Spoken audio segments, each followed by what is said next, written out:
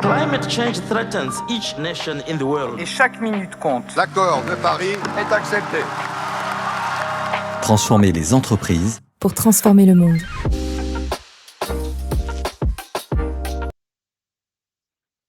Bonjour à tous et à toutes. J'ai le plaisir d'introduire cet avant-dernier, d'ailleurs, webinaire de la COP27. Je suis donc Christophe Burtin, associé en charge des questions agricoles et agroalimentaires chez KEA. KEA est un cabinet de conseil en stratégie. Nous travaillons pour des dirigeants.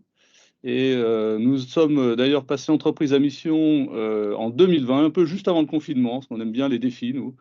Et donc, voilà, notre mission, c'est entreprendre des transformations pour une économie souhaitable. On pense qu'on peut complètement rassembler, réunir la dimension économique et la dimension impact.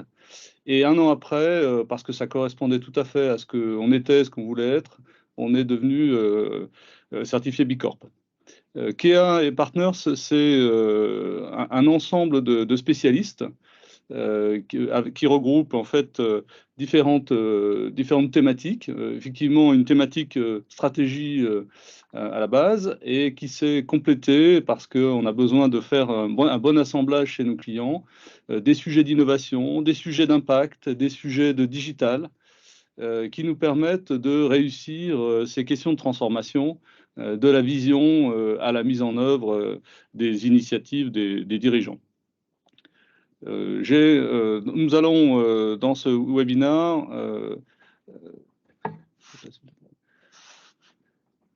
donc voilà, dans ce webinaire qui est donc l'avant-dernier d'une belle série, on termine par l'agriculture, ou quasiment par l'agriculture.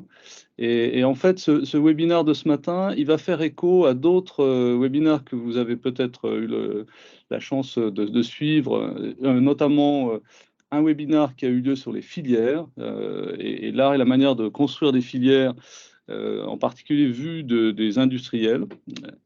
Et puis un autre qui nous est cher aussi, important pour ce matin, c'est la question territoriale. Voilà, donc si vous voulez réécouter d'ailleurs ces webinaires, ils sont tout à fait en replay et ils feront écho avec ce qu'on va vous dire ce matin. Alors ce matin, on a la chance d'avoir un joli plateau, un très joli plateau. On est de la fourche à la fourchette, on est plus proche de la fourche ce matin. Et d'ailleurs, on a la chance d'avoir deux agriculteurs qui je les laisserai se présenter.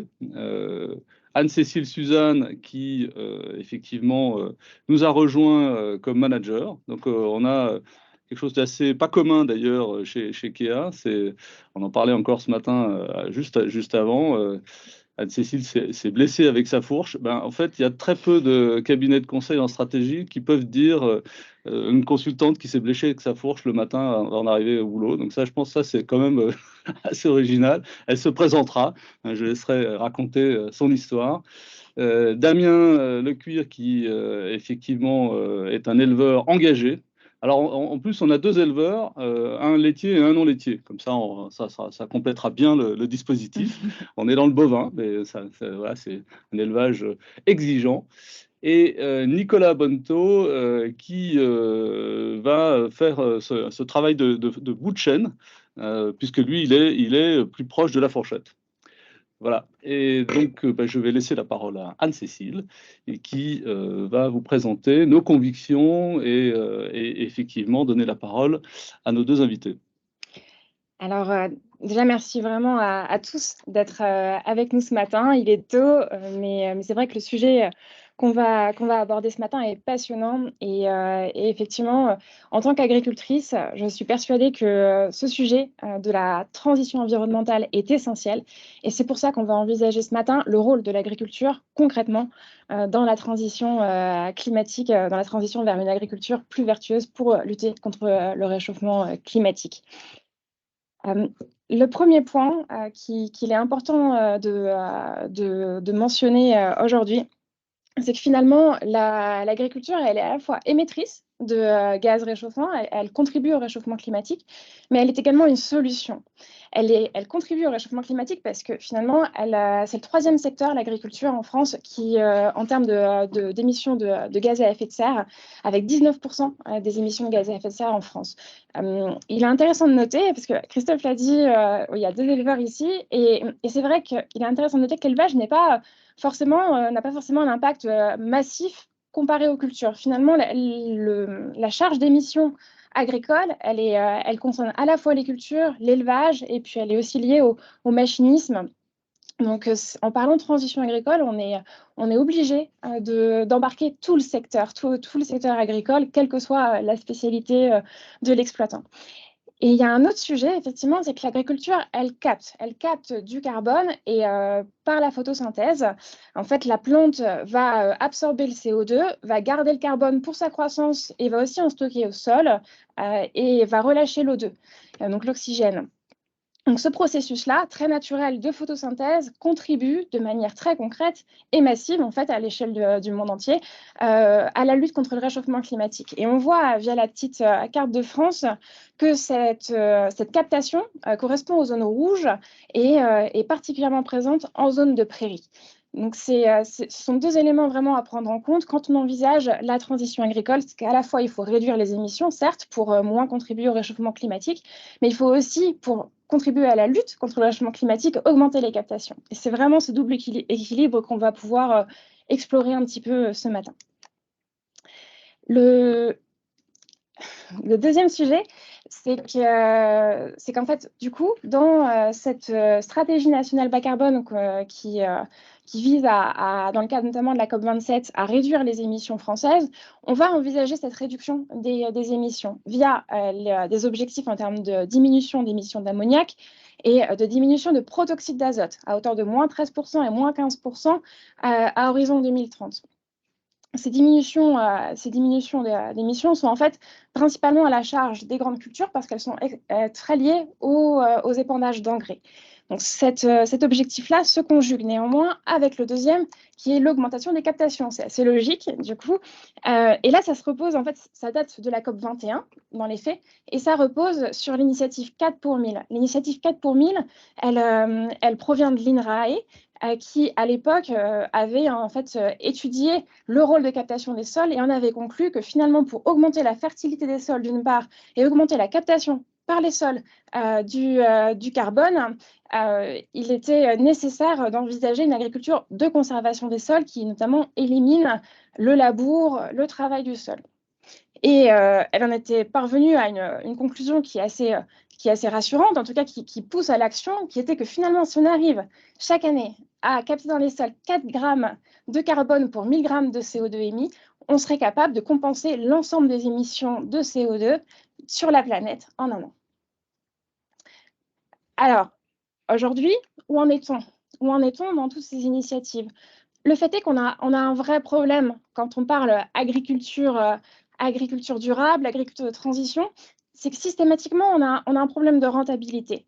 L'agriculture régénératrice, elle vise à finalement régénérer les sols, faire en sorte que les sols soient plus actifs, soient plus vivants, et de ce fait, une captation du carbone plus efficace et aussi une meilleure fertilité. L'élevage pâturant, de même, par la protection des prairies, va en fait entretenir, voire développer les puits de carbone français et donc développer la captation du carbone dans les sols. L'agriculture bas carbone aussi vise cette fois-ci à dégager des primes carbone par des pratiques culturales, notamment le sans-labour, pour augmenter encore une fois la captation du carbone. L'agroforesterie, qui repose sur l'implantation d'arbres et de divers végétaux dans les cultures ou les prairies, de même, va avoir cette même vocation. Mais à chaque fois, soit l'agroforesterie, de son côté, n'est pas financée, l'agriculture bas carbone peine parce que les primes carbone ne sont pas suffisantes pour financer les pratiques.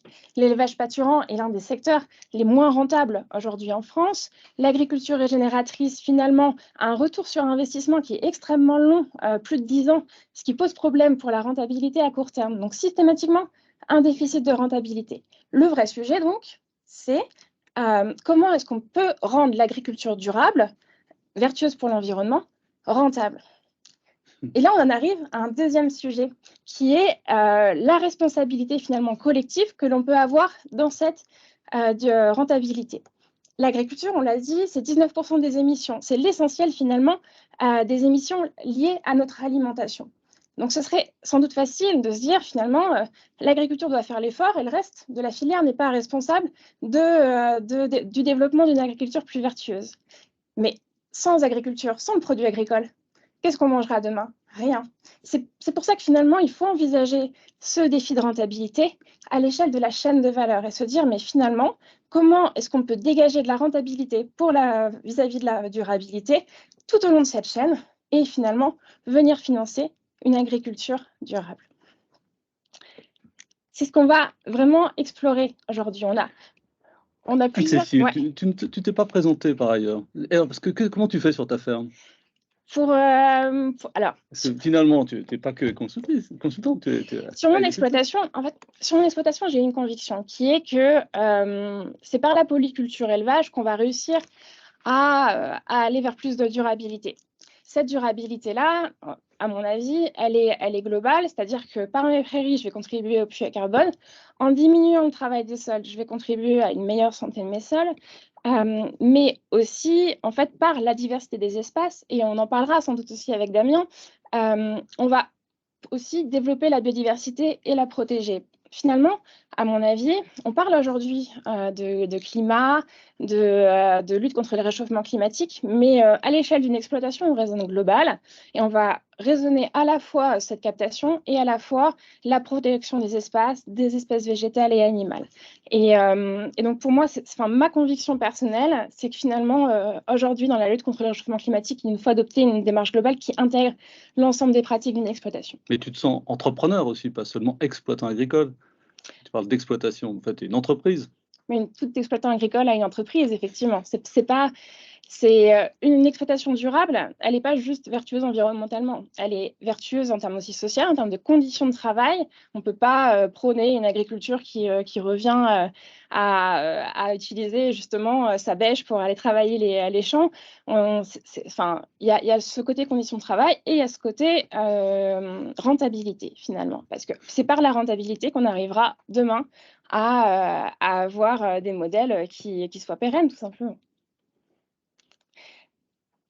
Et c'est vrai, ouais, et du coup, ces convictions en termes agricoles, elles sont assez bien reflétées dans les convictions aussi qu'IKEA, qui finalement, nous, au sein du cabinet, on va prendre un petit peu d'auteur et on va se dire, mais les exploitations agricoles, finalement, elles sont intégrées dans un territoire. Elles sont intégrées dans un territoire qui est fait d'un climat, de sol, de culture et de terroir. Et c'est par le territoire qu'on arrivera à faire émerger des solutions et à penser, deuxième sujet, écosystème. Parce que écosystème, ça veut dire quoi? C'est prendre en compte la diversité des espaces, des cultures, des pratiques et en plus, c'est un élément important, la diversité des partenaires qui peuvent être présents. Et finalement, pourquoi est-ce que en fait, on travaillerait tout seul dans son coin, en tant qu'agriculteur, en tant qu'industriel, en tant que grande distribution? Et pourquoi finalement on ne travaillerait pas en écosystème, c'est-à-dire en équipe, pour faire avancer les choses, où chacun fait ce en quoi il est excellent et où finalement le résultat à la fin est quelque chose de rentable et donc durable. On va parler aussi innovation. Innovation, mais finalement ce sujet-là est extrêmement important, on le verra, mais mérite aussi d'être exploré, est tellement complexe qu'on pourra sans doute en reparler lors d'un webinaire prochain. Mais sans attendre, je vais passer la parole à Nicolas Bonto d'Auchan. Nicolas ne sera pas présent tout au long du webinaire. Il devra nous quitter autour de 9 h du fait de contraintes de timing. Donc, n'hésitez pas à lui poser vos questions en direct via le chat pour qu'il puisse y répondre avant son départ. Voilà, Nicolas, c'est à toi et merci beaucoup de ta présence. Bonjour à toutes, bonjour à tous, vous m'entendez bien? On t'entend bien. On t'entend très bien. Nicolas, ce serait intéressant que tu puisses nous parler des filières, que tu puisses te présenter d'une part et nous parler des filières responsables chez Auchan, la manière dont vous envisagez les choses et en quoi elles peuvent contribuer à une agriculture durable. D'accord. Bonjour à toutes, bonjour à tous. Je suis donc Nicolas Bonto. J'ai en charge les produits frais chez Auchan et plus largement le plan de transition alimentaire. Et j'ai un parcours de 25 années dans la distribution, essentiellement dans les filières alimentaires, puisque ce n'est pas un sujet qui est nouveau. Et donc, je suis arrivé chez Auchan il y a 2 ans et j'ai travaillé majoritairement sur la partie achat, appro, catégorie management de l'alimentaire. Donc, le sujet des filières chez Auchan, ce n'est pas un sujet nouveau non plus. Ça a aussi entre 25 et 30 ans. L'objectif était assez simple, c'était garantir un accès à la ressource, sécuriser les approvisionnements, réassurer le client par évidemment une qualité produit supérieure et puis se différencier, créer des filières exclusives et différenciantes. Il y a 4 grands piliers dans les filières, c'est évidemment la qualité produit, le respect de l'environnement, la partie sociale et la partie économique. La qualité produit, évidemment, c'est tous les attributs liés aux qualités organoleptiques, plus tous les attributs liés à la traçabilité, les signes de qualité, etc. La partie respect de l'environnement, ça embarque en gros tous les sujets que vous connaissez bien, gestion de l'eau, le carbone, la biodiversité, etc. Donc, c'est des sujets qui étaient déjà adressés il y a une vingtaine d'années. La partie bien-être animal, évidemment, en fait partie. Il y a une partie sociale qui est évidemment le respect des hommes et des femmes qui produisent et qui commercialisent, c'est-à-dire notamment au niveau de l'éthique, le cadre légal, etc., l'insertion des jeunes, la formation, etc. Et puis, il y a un pilier économique qui est très important, c'est le quatrième pilier, qui est la viabilité et la durabilité de tous les acteurs de la filière, puisque quand on parle de filière, c'est en fait une chaîne de différents maillons dont le maillon le plus faible est forcément critique. Donc, la viabilité, la durabilité de tous ces maillons est évidemment essentielle pour avoir une pérennité. Parallèlement à ces 4 grands piliers, il y a ce qu'on appelait des combats, et donc ce sont les pesticides, l'eau, les OGM, le bien-être animal, les antibiotiques. Et donc, il y a une équipe transverse qui s'occupe de la coordination des filières avec un comité filière, une animation de tous nos partenaires. Et puis, il y a des directions opérationnelles, la direction de la boucherie, des fruits et légumes, de la boulangerie, du fromage, etc., qui, eux, développent les produits. Aujourd'hui, ces produits-là, donc c'est des produits, on va dire, plutôt du troisième tertile, donc plutôt haut de gamme, plutôt plus cher que les autres. Et donc, c'est des produits qui pèsent environ 7-8% du chiffre d'affaires. Je parle des produits frais traditionnels, avec évidemment des très grandes variabilités entre les rayons. Et l'objectif et le gros enjeu que moi je vois aujourd'hui, pour avoir déjà connu 2-3 crises économiques, c'est que toutes ces démarches vertueuses qui avaient été lancées dans les années 90 ont toutes été réduites très fortement à l'aune des crises, donc post-2000, post-2008, puisque effectivement la différence de prix entre ces produits qu'on appelle vertueux et des produits qu'on appellera moins vertueux est importante. Et donc, à chaque crise économique, le poids de ces produits-là dans les ventes baisse. C'est ce que vous voyez aujourd'hui sur la baisse du bio, globalement. C'est qu'en période de tension économique, les produits qui sont les plus chers se vendent moins. Et donc, l'énorme enjeu qu'on a, c'est que forcément, ces produits coûtent plus cher sur le court terme. On a des pratiques agricoles, des rendements, etc., des fléchages des aides de la PAC qui ne sont pas toujours faits pour ce type d'agriculture. Et donc, tout l'enjeu que l'on a, puisque ce sont des relations de long terme, une filière, ça met longtemps à se créer. Et si une filière disparaît ou si un maillon de la chaîne disparaît, on peut mettre des dizaines d'années à la recréer. L'enjeu, c'est vraiment arriver à trouver un modèle économique. Et j'aime beaucoup la notion d'écosystème parce que c'est très biologique, tout ça, c'est assez symbiotique. C'est comment j'arrive à sortir une rentabilité qui assure la pérennité de ces filières dans un cadre évidemment concurrentiel où le produit, le fromage filière est en concurrence avec d'autres fromages dans notre rayon. Et donc, nous, l'objectif, c'est évidemment d'arriver à avoir un poids des produits filières le plus important possible, mais dans un cadre économique viable. Et donc, il y a toute cette démarche qu'on est en train qu'on est en train de favoriser dans l'entreprise, donc une vision vraiment long terme sur la pérennité de ces filières, comment je traite mon écosystème. Ça passe par quoi? Ça passe par beaucoup de transparence, c'est-à-dire que si on veut changer le paradigme de la négociation dans la grande distribution, on a toujours l'impression que c'est un affrontement entre l'offre et la demande. Là, on doit changer complètement le paradigme, de passer d'une logique de je livre un produit à un écosystème. On parlait de polyculture, polyélevage, peut m'amener une offre qui corresponde soit sur un territoire, soit sur une exploitation à un ensemble de produits pour assurer évidemment le modèle économique des exploitations. Donc l'enjeu qu'on a aujourd'hui, et ce sur quoi on travaille tous les jours, c'est rester dans le cadre de nos piliers. Aujourd'hui, un produit moins 10 ans, sur le plan environnemental, sur le plan social, sur le plan sanitaire, etc., sera toujours moins cher. Donc, on ne veut absolument pas baisser le cadre que nous avons fixé. On veut aller dans l'agriculture régénérative, l'agroécologie, etc., mais tout en garantissant la rentabilité de tous les acteurs de la chaîne. Donc, c'est une modélisation économique de la production primaire, la transformation au milieu, la partie logistique qui est très très importante, et puis la partie distribution, pour partager un maximum d'informations et arriver à changer cette espèce de paradigme où on achète un produit à un prix dans une catégorie, mais plus regarder la viabilité de l'ensemble de la chaîne. Alors, c'est pas simple, c'est très intéressant par contre. Donc, au niveau managérial, les postes sur les métiers sur ces fonctions-là sont des métiers qui sont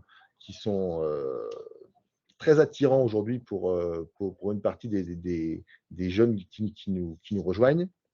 Ça donne une vision long terme. Moi, j'ai la chance d'avoir rejoint un groupe avec une vision actionnariale, familiale assez long terme. C'est beaucoup plus dur dans un groupe coté où les résultats trimestriels sont malheureusement souvent l'objet de décisions court terme. Hein. Ce n'est pas la faute des acteurs, c'est la faute de ce système-là qui fait que une pression économique telle qu'effectivement, avoir une vision à 10 ans sur un écosystème productif, c'est plus compliqué. Et donc, on a l'objectif d'ici entre 5 et 10 ans d'avoir atteint en gros un quart de notre chiffre d'affaires dans ce cadre des produits filières.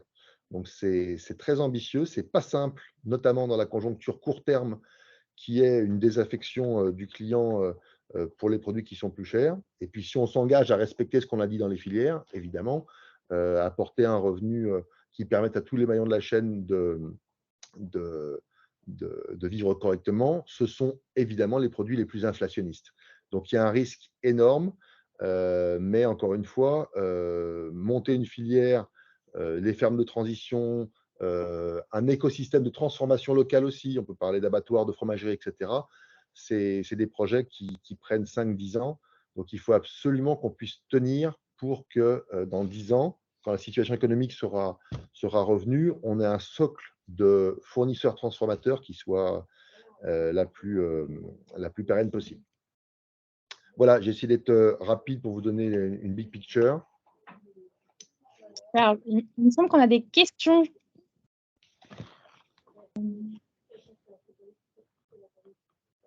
Ah, bon, en attendant que techniquement on arrive à les faire ressortir, il y a quand même un sujet. Elles arrivent.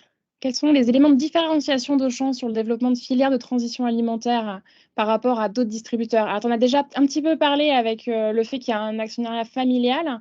Est-ce qu'il y a d'autres éléments qui différencient Auchan sur ces sujets-là? Je pense que les 4 piliers qui ont été définis et l'exigence que l'on met dans ce qu'on appelle des cahiers des charges est la plus grande du marché aujourd'hui. Ce qui est une difficulté, effectivement, c'est-à-dire qu'on ne fait pas de greenwashing ou ce n'est pas un élément marketing, les filières. Donc, on n'arrive pas à mettre un tampon filière sur un produit comme ça. C'est un processus qui est assez long. Moi, j'ai participé à un comité filière mardi. c'est une journée sur tous les détails du système productif, etc. Donc, c'est une démarche qui est très sérieuse, très ingénieure, on va dire, et donc qui est parfois un peu lente, d'accord? Parce qu'on veut surtout ne pas baisser. Hein, le plus simple, ce serait euh, renier quelques piliers de nos filières pour vite faire du chiffre. Ce n'est pas du tout l'objectif. Donc, nous, notre différenciation, c'est objectivement, et pour avoir travaillé dans plusieurs sociétés de distribution, c'est objectivement la qualité du cahier des charges et le sérieux de la démarche, qui forcément est un frein à la vitesse. Mais si on veut rester sérieux, il faut qu'on reste dans nos principes. Nicolas, j'ai une question pour toi. Souvent, dans la question des filières, on s'intéresse à une production de l'agriculteur, mais cette production, elle est souvent interdépendante. Dans l'animal, c'est l'équilibre matière. Dans le végétal, c'est les assolements. Et en fait, comment est-ce que vous traitez ces questions justement d'équilibre matière ou d'équilibre assolement? Alors, enfin, tu as tout à fait touché le point le plus névralgique sur lequel je bosse. Alors, ce n'est pas un sujet nouveau, Non, euh, c'est nouveau, mais mais c'est le point clé pour faire un modèle économique, c'est-à-dire l'équilibre matière. Alors sur les filières viande, pour ceux qui ne sont pas du métier, c'est une fois que j'ai acheté un animal vivant, j'arrive à valoriser l'ensemble des pièces de mon animal pour rentrer dans ce modèle économique. Donc, bien sûr. typiquement, arriver à vendre les peaux, à vendre la laine, etc. Et à vendre tous les morceaux de l'animal, puisque quand un animal est tué, forcément, on a autant de jambon que de jarrets, etc.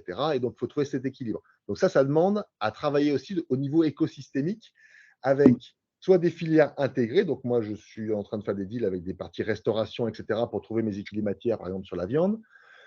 Sur la partie laine, etc., il faut retrouver des filières. Les filières de laine, par exemple, en France, elles n'existent plus. Toute la laine partait en Chine ou dans d'autres pays.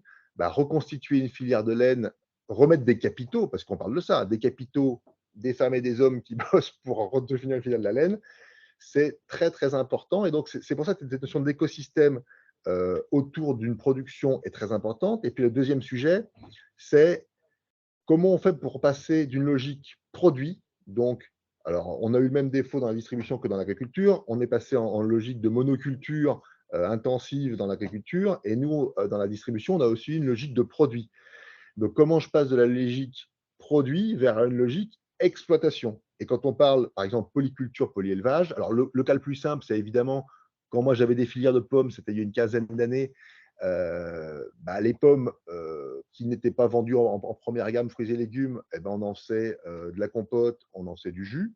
Okay, le truc simple, comme ça je ne veux pas acheter tout le champ. Mais s'il y a des abeilles qui participent à l'écosystème du verger, j'essaye de vendre le miel en même temps. Et puis, alors ça, c'est l'exemple très simple, évidemment. Mais petit à petit, ça va être comment, sur un modèle polyculture, polyélevage régénérateur, j'arrive à créer une offre que je puisse transporter dans mon magasin, on va dire dans mes rayons. Ce qui est très compliqué, puisque nous, on a une logique produit, on n'a pas une logique exploitation. Et deuxième difficulté, c'est évidemment la péréquation, donc l'intermédiation entre ce qui sort de production et ce dont on a besoin sur l'aval, puisque n'oubliez pas que les marchés agricoles, depuis la nuit des temps, c'est j'ai une production amont, j'ai une consommation aval, et j'ai une place de marché qui fait cette intermédiation avec l'offre et la demande, qui définit les prix, les volumes, etc. Là, on doit être dans une logique, et je suis en train de développer moi quelques systèmes, mais je ne peux pas vous en dire plus, basés là-dessus. Et la grande difficulté, c'est le plan de culture. C'est-à-dire que dans tel territoire, sur tel magasin, il va falloir que tu me produises ceci pour dans 6 mois, il m'en faut autant, etc. Et là, en fait, on a un enjeu data énorme, c'est-à-dire qu'en fait, la tech va nous aider à faire des plans d'assolement, à faire des plans de culture, à regarder l'adéquation entre le besoin d'un magasin, parce que nous aussi, on a une logique très nationale, surtout sur la grande distribution. Ça va très bien quand on travaille avec Evian, L'Oréal et puis Nutella. Quand on travaille au niveau des produits frais traditionnels, notre logique, elle doit être complètement décentralisée et à l'échelle vraiment du territoire. Or, on n'a absolument pas les outils, on n'avait pas les outils pour définir un besoin territoire, besoin magasin et l'adéquation avec une production locale. Et donc, l'enjeu qu'on est en train d'essayer de craquer là, et c'est grâce à la tech et à la data, c'est j'ai un besoin local, j'ai un système d'exploitation, je fais des plans d'assolement, des plans de culture, etc. Je fais un timing et puis j'essaye d'avoir cette péréquation entre l'offre et la demande. Et en fait, c'est ça l'équilibre. Alors, c'est vachement compliqué. Par contre, c'est passionnant. Mais ce sera la seule façon d'avoir un modèle économique rentable. Parce que n'oublions pas que, à moins que la PAC soit réformée de façon très importante, ce dont je doute énormément. Aujourd'hui, ce sera toujours plus rentable de faire une monoculture mauvaise pour le climat que nos éléments agroécologiques. Alors, petite question avant que tu partes également. Quel rôle dans tout ça des coopératives, des organisations de producteurs et aussi quel lien avec les circuits courts? Parce qu'il y a une petite question là-dessus également dans le chat. Alors, objectivement et sur du long terme, ça a toujours été une question de relations humaines, d'hommes et de femmes. Dès qu'on a essayé de politiser le truc, de l'encadrer par les politiques, de faire des trucs compliqués, ça ne marchait pas. Les filières les plus pérennes que j'ai connues sont des filières qui sont même pas contractualisées. C'est-à-dire que c'est l'intelligence des humains qui se sont fait confiance, qui se sont dit, et c'est prodigieux parce que dans le modèle économique, et nous, la grande distribution, ça doit nous interroger sur nos modèles. C'est-à-dire que quand vous avez un problème de production, surproduction ou sous-production, ou quel que soit le problème, le fait de dire à l'interlocuteur qui gère la filière, écoute, j'ai un peu trop de cam là, est-ce que tu peux m'aider à l'écouler et que dans les 2 heures, le distributeur absorbe ces volumes en s'arrangeant pour les écouler, ou alors le contraire, bah, on a un problème, est-ce que tu ne peux pas réduire, etc. On permet de réduire des biais économiques très importants au niveau de la production, c'est toujours la gestion de l'offre et la demande. Et donc, c'est la façon de travailler ensemble qui est importante. Je crois beaucoup moins aux grands raouts très politiques et très. Voilà. Par contre, ce qui marche le mieux, c'est vraiment quand on a créé les conditions, et ça c'est un aspect managérial, hein, c'est vraiment mon job, créer les conditions d'écoute, de respect, de connaissance, de culture. Hein. On a un grand problème de pédagogie et de culture, donc moi j'envoie beaucoup mes équipes en production, hein, c'est pour ça que j'ai fait le Auchan Tour, etc. Et j'envoie beaucoup de gens sur le terrain. Moi je suis aussi agro de formation, donc j'ai plutôt été élevé sur le terrain. Mais le fait de bien comprendre, de pouvoir rendre des services, etc., c'est vraiment la philosophie de fonctionnement au niveau local. D'accord ? Souvent, on part du haut et puis c'est le grand patron ou c'est le grand politique ou c'est le ministre qui nous dit ce qu'on doit faire. Ça ne marche jamais, ça. C'est les femmes et les hommes qui nous entourent, qui sont responsables localement, à qui on a donné la direction et ils se débrouillent, ils le font. Chez Care, on appelle ça la transformation silencieuse. Et objectivement, c'est ce qui a le plus d'impact parce que, et moi souvent je l'apprends sans être au courant, en croisant un producteur qui m'a dit ah, dis donc, merci, là on a eu tel souci, vous nous avez fait ceci, cela commercialement, ça nous a évité d'avoir. De déclasser du lait, par exemple, hein, c'est ce qui arrive souvent, plutôt que faire du bon fromage, ben, on a trop de lait, on déclasse le lait dans le modèle économique, paf, on pète complètement son modèle économique. Et souvent, j'apprends ça, je ne suis absolument pas au courant, c'est-à-dire que ce n'est pas du tout du top-down, c'est quelque chose, c'est vraiment ce maillage au plus bas niveau de l'échelle, enfin, quand je dis bas, c'est très noble, hein, c'est-à-dire ceux qui font, globalement. Et mon objectif, moi, c'est arriver par rapport à une guideline qui est très claire, et ça, c'est la chance que j'ai, c'est qu'on a un alignement parfait entre mon actionnaire, le management et puis mon plan stratégique. C'est une fois que je leur ai donné la direction, entre guillemets, les gens, ils se débrouillent. Et ils savent très bien faire entre eux. Il faut les libérer, il faut leur donner le sens et leur faire comprendre que, évidemment, l'économique primera, parce que de toute façon, s'il n'y a pas d'économie, il n'y aura plus personne. Mais on a beaucoup de bons exemples de choses qui nous paraissaient impossibles à faire au niveau des coûts de production. Hein, quand on regarde les coûts que nous donnent les interpros, par exemple, et quand on regarde des coûts réels de filières très efficaces, bah, les coûts des interpros, qui sont des coûts, on va dire, syndicaux, sont complètement en dehors de ce que nous produisent les meilleurs producteurs filières. Pourquoi ? Parce qu'ils ont cet écosystème bien maillé et ils ont cette polyculture, ce polyélevage, ils ont la prairie, ils font leur foin, etc. Donc, ils sont sur des modèles économiques beaucoup plus pérennes. Et donc, moi, je pense qu'il y aura un pivot dans les prochaines années. Et c'est darwinien, hein, c'est-à-dire que c'est ces écosystèmes résilients qui auront su s'adapter, créer cette espèce de symbiose, seront encore là dans 10-15 ans, alors que les autres péricliteront. Donc, c'est aussi pour moi un enjeu d'assurer à mes clients, qui sont évidemment les magasins, que j'ai une offre qui, dans 10 ans, sera encore là. Écoute, merci beaucoup Nicolas pour tous ces éléments, c'est vraiment passionnant et je pense que là, on va passer la parole à Damien Leclerc qui Merci à est tous. et merci, Merci Nicolas. Merci, au revoir. merci beaucoup.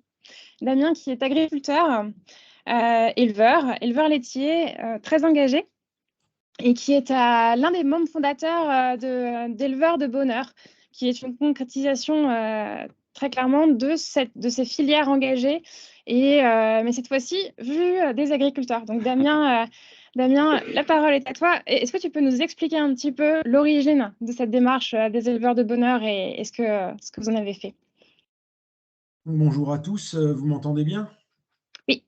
Oui. Très bien. Donc, Damien Lecuir, je suis exploitant agricole, mais je préfère soit le terme de paysan engagé ou le terme d'entrepreneur. Voilà, parce qu'on a cette double casquette.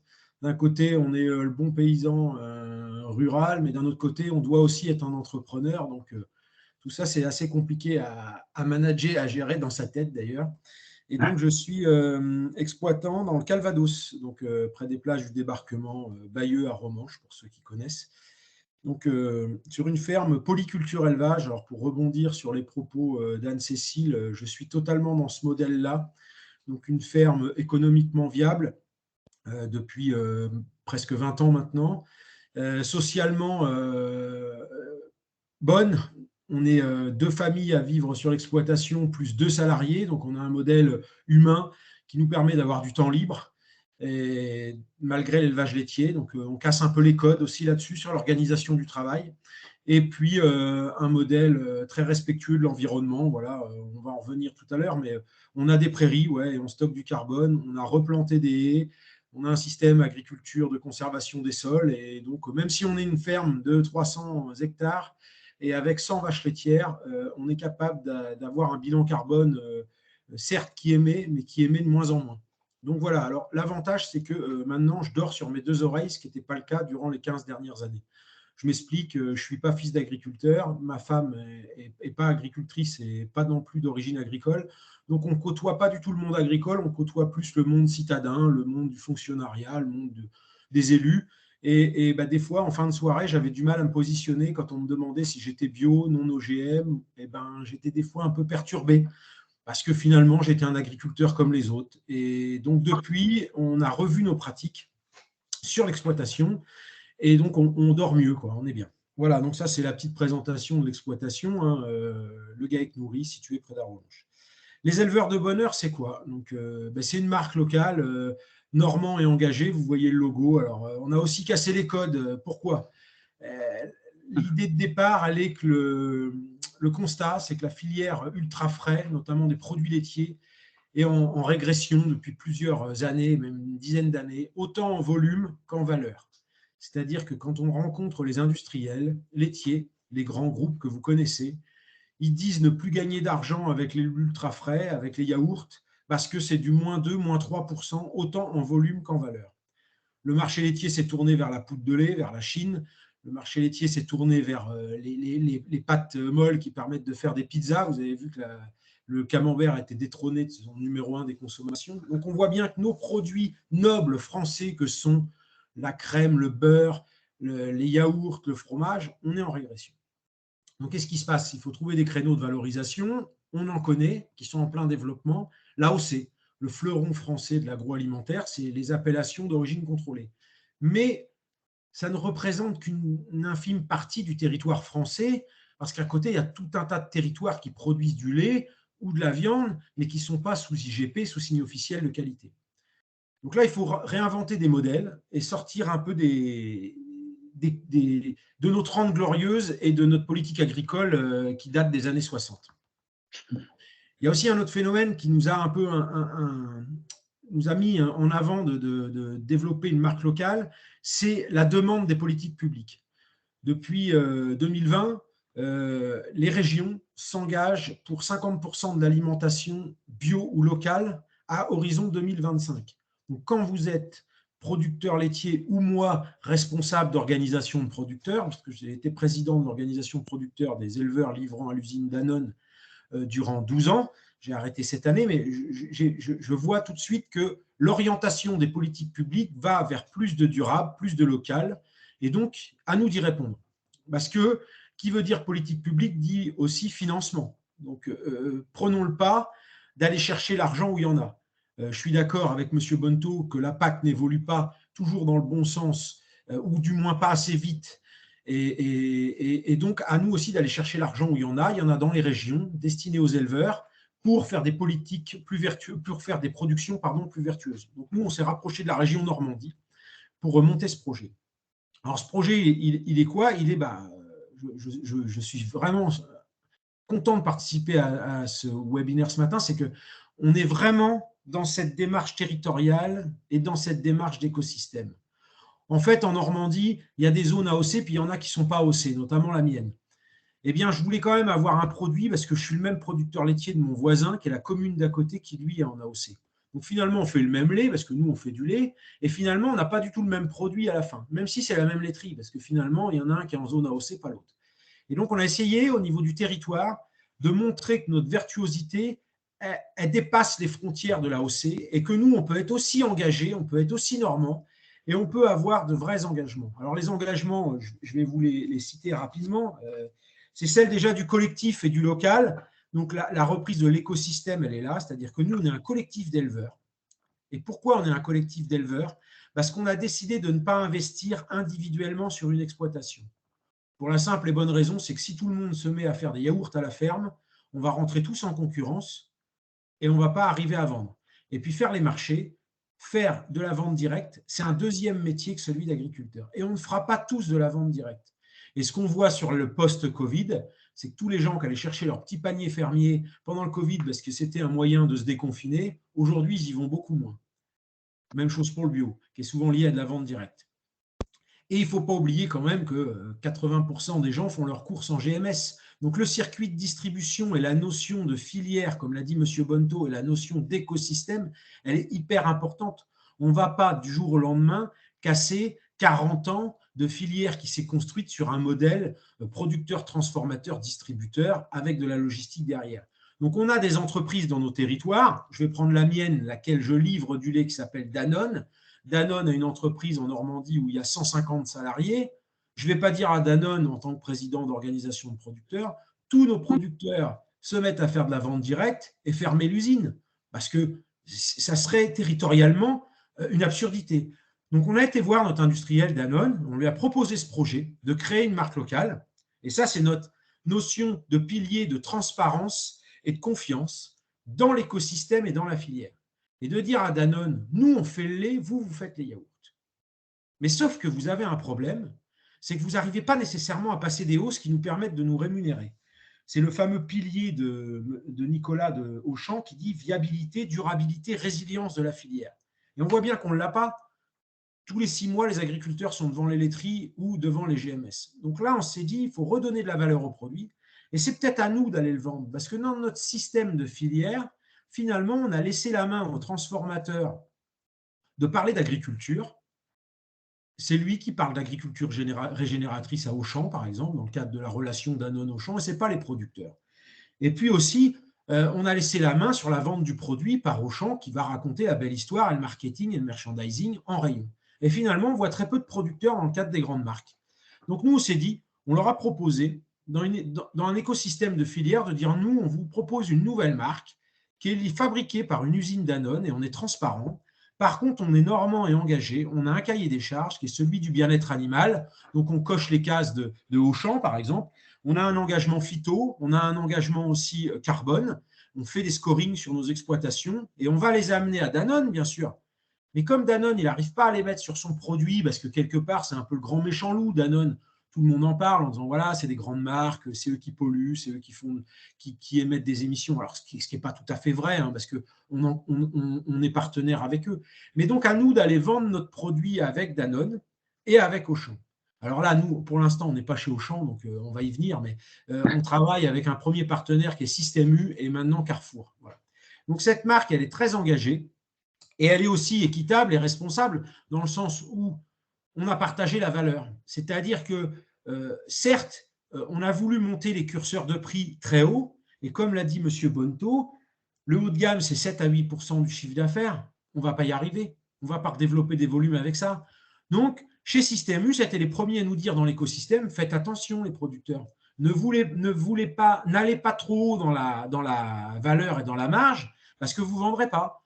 Donc, on a trouvé un accord. Alors voilà, sur un petit Suisse qui se vend à 1,50 € les 6, aujourd'hui, par rapport à un Danone qui les vend à 1,20 € ou 1,30 €, et ben nous, on a augmenté que de 10 centimes, 8%, mais qui vont directement dans la poche de l'éleveur. Donc là, voilà, on a vraiment trouvé un commun accord. Et qui est, alors là, moi, je suis quand même un peu plus critique sur le sujet de la bonne relation d'homme à homme, on se serre la main.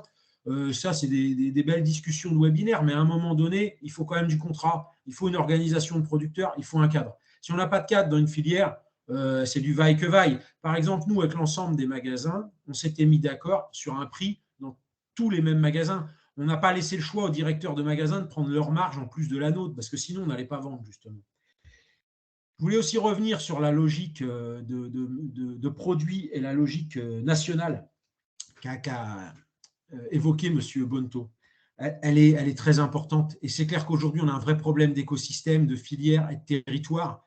Et c'est ça qu'il faut reconquérir. C'est l'organisation, tout ça. Parce que oui, les industriels les transformateurs ont une logique de produit et les GMS aussi. Je vais prendre l'exemple. Danette, le fleuron de Danone, pardon, c'est Danette et Activia. C'est des logiques produits et c'est des logiques même nationales, voire même internationales. Quand vous arrivez avec votre dynamique de territoire et votre création d'écosystème avec votre petite marque éleveur de bonheur, ben personne ne vous comprend, hein, parce qu'on est incapable d'emmener ce produit dans la chaîne logistique d'une grande industrie ou d'une GMS, parce que c'est un produit local, qui ne va pas être demandé par tous les magasins, des volumes petits, on n'est pas sur la palette, ce qu'ils appellent le roll en termes agroalimentaires. Alors moi, j'y connaissais rien, j'ai découvert. Et ça, c'est vraiment une vraie difficulté pour arriver à redynamiser une transition agricole, parce que le sujet de départ, il est là, et redonner de la valeur au produit, qui va permettre de redonner à l'agriculteur cette valeur qui va lui permettre d'investir dans sa ferme pour faire de la transition agricole. Replanter des haies. Il y a le plan de relance qui nous a aidés, 80% financé par le plan de relance, j'en ai bénéficié, je remercie les pouvoirs publics. Les 20% de compensation qui manquaient, c'est Danone qui me les a financés. Et là, il y avait un vrai projet d'écosystème pouvoir public, industriel, et le producteur derrière qui va planter ses haies. Et in fine, le consommateur, on va pouvoir lui vendre un produit où derrière, on a planté 2 km de haies sur une ferme et donc on a capté du carbone. Et vraiment, on repart dans ce sens-là, quoi. Et Damien, juste comment, parce que tu parles d'écosystème en écho à ce qu'a dit Nicolas, comment ça se passe en termes de gouvernance? Parce que tu mélanges à la fois du public et du privé, des acteurs assez différents sur un même territoire.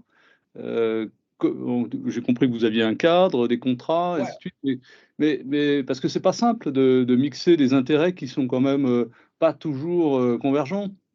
Donc, nous avons monté une association, tout simplement, au départ, qui n'a pas de but lucratif, finalement. Ce n'est pas une entreprise, c'est une association qui, elle, c'est des éleveurs qui adhèrent à cette association, où nous, en fait, on va gouverner toute la prestation. Donc, on va tout prester. Alors, les éleveurs, qu'est-ce qu'ils font? Le lait.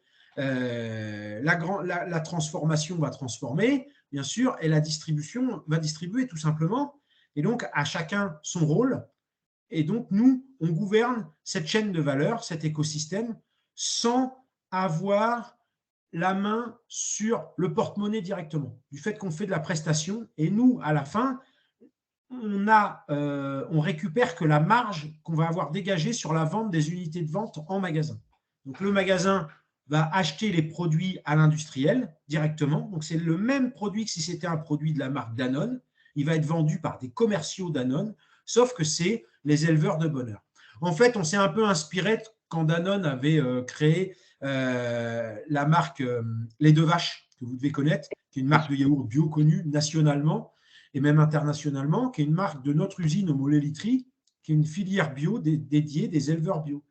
Et on s'est dit, si on a réussi à créer une marque bio Danone qui est vendue aussi par Danone, mais où on ne voit jamais Danone dessus, peut-être que nous, on va être capable de faire la même chose avec une gouvernance non plus Danone, mais une gouvernance éleveur. Donc la marque nous appartient, mais par contre, le produit, jusqu'à sa mise en rayon, va appartenir à Danone et à Auchan ou à Super U ou à Carrefour, quoi.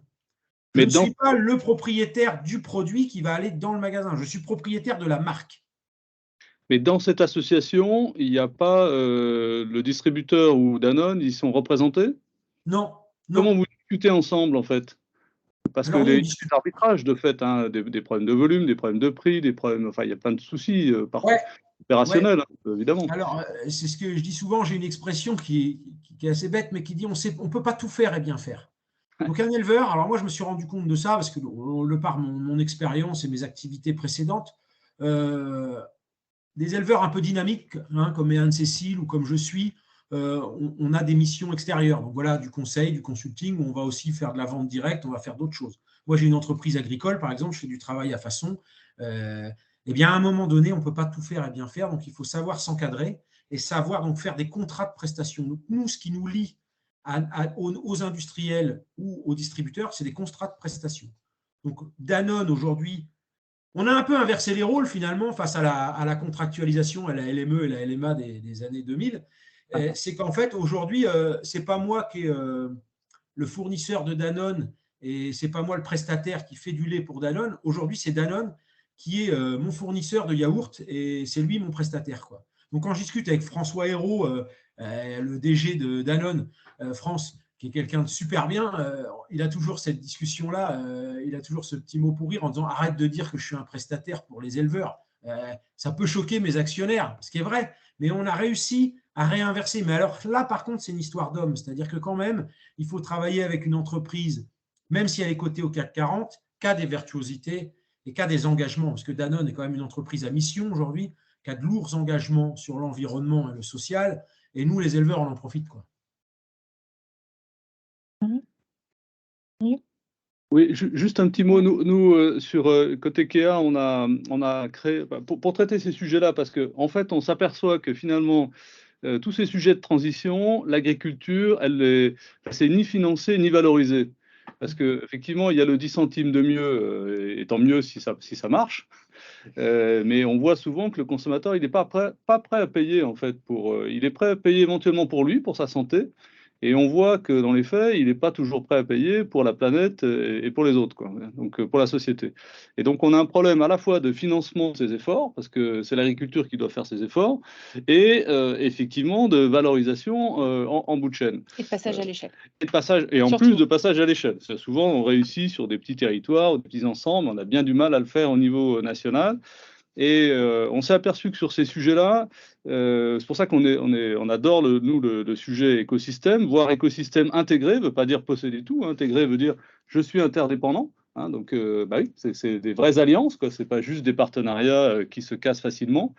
Et du coup, on a créé avec d'autres partenaires une entreprise qui s'appelle Faire Mieux, qui est juste en fait créer les conditions pour que les écosystèmes intégrés se mettent en place, pour que les gens se mettent à discuter autour de causes et craquent le sujet du point de vue économie souhaitable, puisque c'est ça notre sujet, craquent le sujet et le passent à l'échelle. Et donc autour de la table, l'idée c'est d'avoir, par rapport à des problématiques particulières, qu'elles soient territoriales ou d'ailleurs filières, de rassembler en fait des acteurs qui sont des distributeurs, des industriels et des agriculteurs, soit par des OP, soit par des coopératives, pour vraiment craquer le sujet. C'est pas un think tank, c'est un do tank, parce que l'idée, c'est vraiment de faire. On l'a appelé faire mieux, d'ailleurs, parce qu'on ne fait pas à la place des autres, c'est juste de faire mieux, d'accélérer les projets. Et d'ailleurs, dans ce cadre, on a développé une idée qui est l'idée des fermes de la transition, qui est de se dire, c'est le débat qu'on avait avec Nicolas juste avant, qui est de dire, je vais m'intéresser non pas à une production d'un agriculteur, mais à toute son exploitation, et en fait à faire en sorte qu'on travaille la pérennité de son exploitation avec l'ensemble des actifs sur son exploitation, et de travailler une plateforme finalement qui d'un côté de la plateforme, j'ai des metteurs en marché ou des besoins, et de l'autre côté, des agriculteurs rassemblés, et du coup, je vais leur donner de la visibilité sur du long terme, 10, 15 ans d'ailleurs, avec du portage d'actifs, de manière à ce qu'on puisse avoir des entreprises agricoles, parce que j'aime bien le mot entreprise, parce que exploitation, c'est souvent un peu connoté. Je trouve que entreprise du vivant et entreprise de la terre, comment ces entrepreneurs-là, on leur donne de la visibilité sur 10, 15 ans pour pouvoir reprendre des exploitations, parce que un des sujets, c'est quand même une question de reprise des exploitations avec une vraie déprise annoncée quand même, tout le monde le dit, mais comment on va le traiter concrètement? Et un peu dans un modèle de franchise qu'on retrouve dans le commerce d'ailleurs. C'est comment je lui donne une visibilité de 15 ans, il reste bien propriétaire de son entreprise et il acquiert en fait ses actifs au fil de l'eau avec de la visibilité, de la sécurité, même si c'est quand même une entreprise, donc avec un niveau de risque qu'il doit assumer. Et donc on est en train de créer ce sujet sur qu'on appelle les fermes de la transition, qui est de monter en fait une plateforme qui va idéalement passer d'un territoire et rapidement sur du national. Parce qu'en fait, c'est ça le sujet, avec un label. Et voilà. Et puis un autre point aussi qui est important, qui est comment j'embarque les citoyens des territoires. Parce que souvent dans ces questions-là, vous l'avez dit, la voix d'Auchan ou la voix de Danone, elle est toujours sujette à caution. Parce qu'effectivement, est-ce qu'on a confiance dans ces entreprises-là? Pas toujours. Il y a une forme de défiance de ces marques. Donc, comment on embarque un peu dans le modèle C'est qui le patron des citoyens des territoires pour en faire des tiers de confiance. Voilà. Et éventuellement des investisseurs eux-mêmes, d'ailleurs. Voilà. Juste un petit mot sur ce qu'on fait chez Kea, à la fois en tant qu'acteur de la société, puisque c'est en dehors des missions que l'on mène, et ça nous paraît important de contribuer à ces actions, parce que je pense qu'on a un vrai sujet de s'occuper de cette transition agricole et que ça ne soit pas juste des petites initiatives, comment on les fait passer à l'échelle, quoi. Pas comment vous réagissez, Daniel. Moi, je voulais rebondir sur ce que vous avez dit, surtout sur le renouvellement des générations. Alors, je crois que c'est un vrai problème, et c'est un vrai problème de transition agricole aussi. Pourquoi? Parce que quand on est sur le triptyque du développement durable et de l'agriculture durable, et ces trois fameux piliers, quand on est jeune agriculteur, on n'a qu'un pilier qui est majoritaire, c'est l'économie. Vous venez de le dire dans vos projets, c'est comment je finance mes actifs et comment j'arrive à gagner ma vie, quoi, parce qu'il y a du boulot, et, voilà. Et on a quand même des métiers à capitaux lourds et à faible rentabilité. Et quand on est vieux, ce qui est le cas en ce moment de la majorité des agriculteurs dans la pyramide des âges, on a le volet social qui prend une part très importante. Mon bien-être, je veux débrayer, donc par exemple, j'arrête de traire, c'est le sujet d'actualité. J'ai 50 ans, j'arrête de traire. Je veux transmettre mon patrimoine, mes enfants ne reviennent pas. Donc là, il y a un volet social qui est important. Et donc, le volet environnemental, il est très petit dans ces deux générations-là qui sont les jeunes et les vieux. Donc finalement, il n'y a que ceux du milieu, là, ceux qui ont 35, 40 ans, qui sont en pleine crise de la quarantaine, entre guillemets, puis qui veulent se renouveler, ce qui est mon cas, je ne vais pas me cacher, parce qu'on est assis financièrement, on a remboursé ses JA, on est à l'aise, et puis on en a marre de se faire bâcher en soirée parce qu'on n'est pas bio. Et donc là, mais on sent que si on va après trop loin, on n'est plus dans le volet environnemental. Les anciens exploitants, moi je vois dans les réunions COP, les réunions d'OP, on a du mal à les emmener dans les projets comme éleveurs de bonheur ou comme des projets d'HVE ou de choses comme ça. Donc je crois vraiment que sur le renouvellement des générations, il y a où on trouve des jeunes et où on trouve des jeunes qui vont faire de la transition agricole. Parce qu'il ne faut pas non plus emmener tous les jeunes vers des modèles olé olé. Je ne sais pas si on peut dire des modèles bobo ou je ne sais pas quoi, écolo ou quoi, mais on a aussi des jeunes chez nous qui ont repris des fermes sur des modèles néo-ruraux engagés, voilà, et des microstructures. Et finalement, on leur donne quand même aussi de l'argent public. Et 5 ans après, c'est fini, quoi. Il n'y a plus personne, quoi. C'est des modèles qui ne sont pas tenables. Trop axés peut-être environnement, trop social et pas assez économique. Et il y a un point, moi, franchement, je pense qu'il faut travailler sur le lien avec le citoyen et la citoyenneté, ce que vous disiez tout de suite, l'ancrage territorial. Beaucoup d'éleveurs, beaucoup d'agriculteurs sont des élus des territoires. On est tous élus dans nos campagnes. Et il y a un vrai lien à jouer avec ce côté éducation à l'environnement, éducation à l'alimentation, éducation à la citoyenneté. Parce que l'enseignement agricole, il ne suffit plus. Et dans nos programmes de l'éducation nationale, il y a très peu de programmes sur la transition agricole, agroalimentaire. Les visites de ferme, c'est très absent. Et donc, moi, je me bats pour faire venir des écoles chez moi, pour aller faire des modules de développement. Et l'éleveur de bonheur, c'est ça aussi. On est engagé, donc on a un partenariat avec des intercoms, et on va en collège, et on va faire des modules avec le prof de physique, avec le prof de maths, avec le prof de bio, sur nos thématiques agricoles, comment fonctionne une vache et sa rumination, comment fonctionne l'électricité d'un tracteur. Parce que ça aussi, on fera double effet. C'est l'acte citoyen de consommation, parce qu'on va former nos jeunes à mieux consommer, et aussi faire revenir des générations dans nos fermes. Parce que le gamin, s'il voit que l'électricité du tracteur, c'est passionnant, il va peut-être revenir en lycée agricole faire un machinisme et il ne va pas aller en automobile. Parce qu'il ne connaît pas le tracteur, il a l'impression qu'on est des bouseux. Donc revenons dans nos collèges et revenons dans nos lycées et ouvrons nos fermes, mais les ouvrons pas juste pour des simples visites. Et ça aussi, ça doit se financer, alors par les pouvoirs publics peut-être, mais il y a vraiment un enjeu. Et puis il y a un autre enjeu, c'est la communication. Et là, on a le fleuron sur le plateau parce qu'on a Anne-Cécile qui communique d'une manière exemplaire sur les grands médias. Et c'est exemplaire, il n'y en a pas beaucoup. Et moi, je la remercie, je la félicite parce qu'elle met le doigt sur des vrais problèmes et au grand public. Et ça, ce n'était pas fait. Aujourd'hui, on a un modèle agricole très coopératif, très syndical, peut-être, qui s'est caché pendant des années parce que peut-être qu'on était dans une agriculture intensive, polluante, qui prenait le budget de la PAC, qui était l'ensemble du budget européen, et on était un peu caché derrière nos fermes et nos haies en disant « oh là là », pour le peu de haies qui restent d'ailleurs, parce qu'on en a beaucoup arraché. Et on avait un peu dans la campagne, c'est « vivons cachés, vivons heureux ». Et en fait, c'est fini ce modèle. Damien, ce que je vous propose, c'est vous allez venir nous rejoindre en fait. Voilà, le mieux, c'est que vous veniez nous rejoindre et participer à ces travaux, parce qu'on a besoin de praticiens et d'agriculteurs. Merci beaucoup. J'aimerais juste ajouter une toute petite chose très rapidement, parce que tu as mentionné, effectivement, je m'étais faite mal aux pieds en m'occupant de mes vaches, et maintenant, c'est très dur de porter des talons en tant que consultante cette semaine, mais au final, c'est malgré la difficulté, je prends cette image, mais de créer des ponts entre les mondes, entre le monde de la ferme, le monde du business, le monde politique. Effectivement, tu l'as mentionné, Damien, les citoyens, c'est absolument essentiel parce que la durabilité, on l'a compris durant ce webinaire, elle est vraiment multiple, elle embrasse plein de sujets différents et plein d'acteurs de nature hétérogène. Pour autant, on a des intérêts en commun, des intérêts certes vis-à-vis de notre environnement, qui est un bien commun, vis-à-vis de notre société, et des intérêts communs business. Et tout cela, encore une fois, est très lié. Donc, c'est absolument voilà, essentiel de faire cet effort-là, même si on n'a pas les mêmes mots, même si on n'a pas tout à fait les mêmes intérêts, parce qu'au final, tout ça peut très vite converger. Et il reste un dernier point qui est l'innovation. On en a parlé d'innovation là sur des structures, sur des modes de gouvernance. Et il y a aussi des innovations techniques, des innovations en termes de génétique, en termes d'agronomie. Et toute cette innovation-là est extrêmement importante. Donc, ce qu'on vous propose avec Kea, c'est en 2023, parce que là, l'année se termine, en 2022, de vous parler d'innovation en matière agricole, parce que c'est une grande matière. C'est un élément incontournable. Merci beaucoup à tous de nous avoir suivis ce matin. Merci à nos intervenants aussi. Un grand merci, Damien. Merci beaucoup. Au revoir. Au revoir. Climate change threatens each nation in the world. Et chaque minute compte. L'accord de Paris est accepté. Transformer les entreprises pour transformer le monde.